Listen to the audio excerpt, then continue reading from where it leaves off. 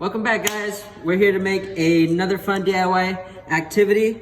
We're gonna be making a flip book, but before I start and I show you my example, I am gonna go and show you what you need to do this simple activity. First, you'll need some markers,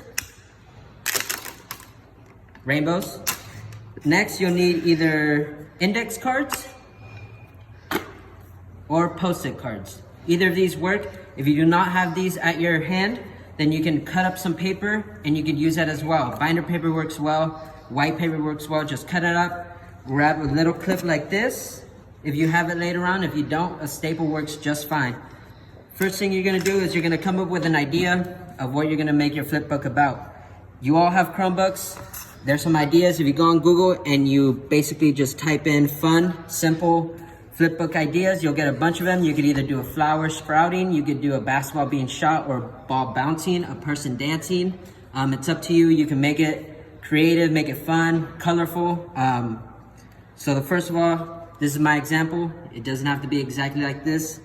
You just basically just make a flip book and you go through it. And at the end, you should have a nice little image. Okay, just remember y'all, stay safe, wear a mask, wash your hands,